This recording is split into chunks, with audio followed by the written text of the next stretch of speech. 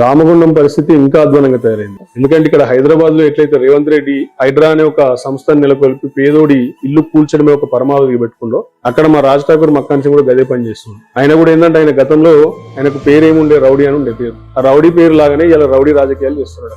అడ్డొచ్చిన మీద అడ్డమైన కేసులు పెట్టిస్తాడు. పోలీస్ వ్యవస్థను గుప్పిట్లో పెట్టుకుని ఎస్ఐలు సిఐలు అందరూ ఆయన దగ్గర గులాంగిరి చేస్తున్నారు. ఆయనకి ఎవరైనా అడ్డు చెప్తే వాళ్ళకు రాత్రి ఫోన్లు చేస్తే బెదిరింపులు చేస్తారు, భయపెట్టిస్తారు, భయభ్రాంతులకు గురి చేస్తారు.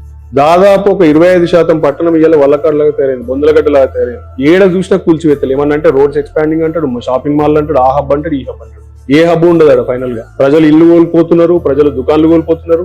ఆఖరికి రాత్రి మొన్న ఒక ఘోరమైన పని చేసింది. హిందూ విశ్వాసాలని నమ్మకుండా ఉన్నటువంటి వ్యక్తి అయినా హిందూ విశ్వాసాలకు విరుద్ధంగా విశ్వాసాలని అపచారం చేస్తూ 46 దారిమేసమ్మ గుళ్ళను గులగొట్టించింది. ఇంత దారుణమైనటువంటి పని దేశంలో ఏ ఒక్క నాయకుడు చేయలే, ఏ ఎమ్మెల్యే చేయలే, ఏ మంత్రి చేయలే, ఏ మినిస్టర్ చీఫ్ మినిస్టర్ చేయలే. ఇది వేసి చూపించాడు. ఇది ఒకటే కాదు, ఇది చాలదన్నట్టు ఇలా బూడిద దందా నడుస్తుంది. ఇలా ఎన్టీపీసీ అని ఉంటుంది మా దగ్గర సంస్థ.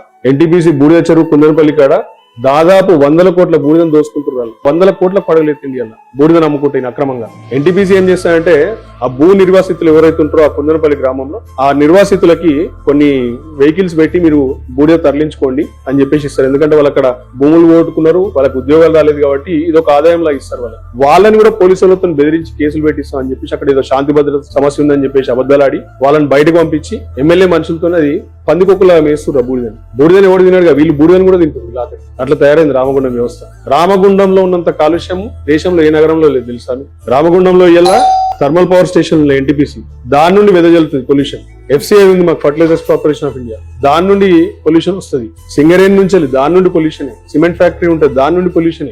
ఏ రకంగా చూసినా అత్యంత పొల్యూటెడ్ సిటీ ఏదిరా బాబు అన్నట్టు ఇలా రామగుండం అంత దారుణంగా పొల్యూట్ అయిపోయింది. ఇలా పరిస్థితులు బాగాలేవు అక్కడ. ఒక హాస్పిటల్ వచ్చి ఇక్కడ సర్వే చేస్తే 30% ఆఫ్ ద టౌన్ లో ఇలా క్యాన్సర్ పేషెంట్స్ ఉన్నారు. మా దగ్గర క్యాన్సర్ పేషెంట్స్ తో పాటు కిడ్నీ పేషెంట్స్ ఉన్నారు. ప్రజలు బతకలేరు అక్కడ. మళ్ళీ ఇది చాలదన్నట్టు ఇంకొక పవర్ స్టేషన్ తీసుకొచ్చింది. కేవలం కమిషన్ల ద్వారా 2000 కోట్లు సంపాదించుకోవడానికి ఇంకొక పవర్ స్టేషన్ తీసుకొచ్చింది థర్మల్